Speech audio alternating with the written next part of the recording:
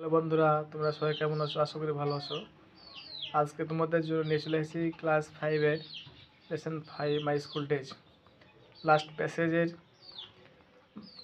বাংলা মানে।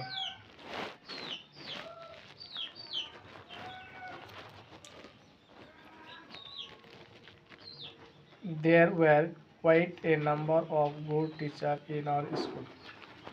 আমাদের বিদ্যালয়ে কিছু ভালো শিক্ষক ছিল। বিটি রয় টট ইংলিশ। বিটি রায় আমাদেরকে ইংরেজি শেখাতো। He was a small man who took great care to ensure that we pronounce English correctly. সে ছিল একটা ছোট্ট মানুষ এবং সে আমাদেরকে ইংরেজির উচ্চারণ সঠিকভাবে শেখানোর জন্য পরামর্শ দিত। ওয়ান ডে মানে একদিন he told the story of the ox and the frog মানে এসএফ ফেবলস।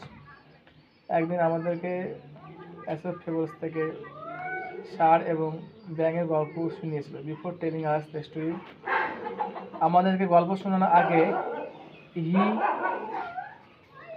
টট আস, সে আমাদেরকে শিখিয়েছিল how pronunciation of the dependents whether of the following word begins with a vowel or consonant. অর্থাৎ before telling us the story, গল্পটা বলো আগে, he taught us, সে আমাদেরকে শিখেছিল how the pronunciation of the depends whether the following word begins with a vowel or consonant, কীভাবে vowel এবং consonant আগে দা উচ্চারণ করতে হয়। I fondly remember head pandit, আমি আমার প্রধান শিক্ষককে মনে রেখেছিলাম Bhattacharya sir for his excellent hand writing. ভট্টাচার্যকে স্যার মনে রেখেছিলাম তার সুন্দর হাতে লেখার জন্য।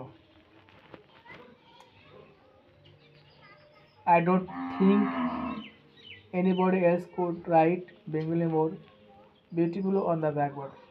আই ডোন্ট থিঙ্ক, আমি মনে করতে পারছি না, anybody else could write Bengali more beautiful on the blackboard, আমার মনে নাই যে তার চেয়ে কেউ ভালো বাংলা বর্ণনা লিখতে পারে। I was not very good at sports, আমি খেলাধুলায় ভালো ছিলাম না, but I could draw very well, কিন্তু আমি ছবি আঁকতে ভালো করতাম। As a result also I became the favourite of our drawing teacher Ashubabu. ফলস্বরূপ আমি আমার অঙ্কন শিক্ষক আশুবাবুর কাছে আমি ভালো হয়েছিলাম। হি was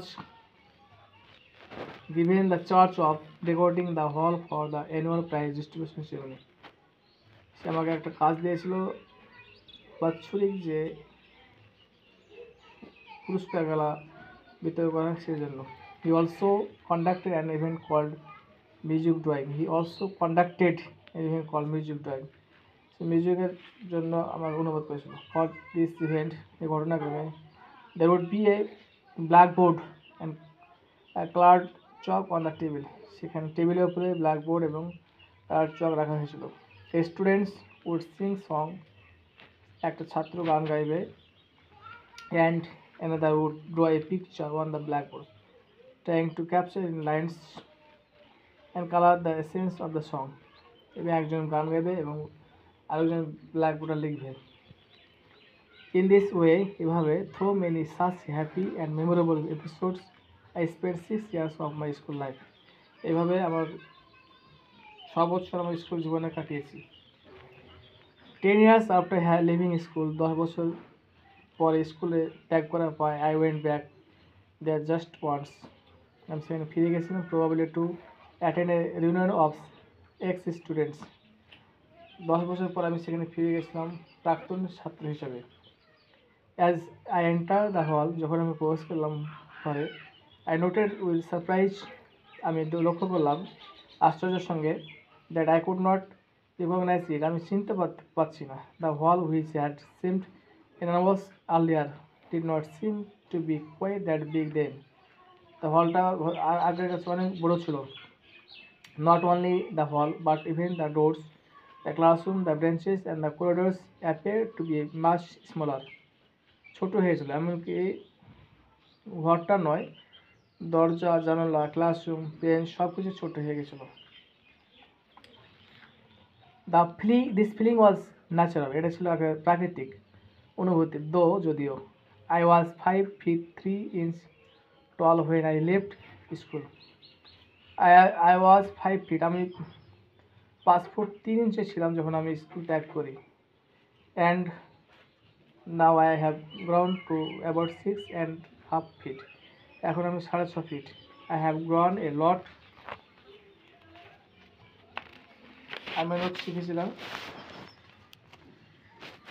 all this years but my school has not, কিন্তু আমার স্কুল বড় হয়নি। I have never gone back to my school since then, সেদিন থেকে আমি আর বিদ্যালয়ে কোনোদিন ফিরে যাইনি।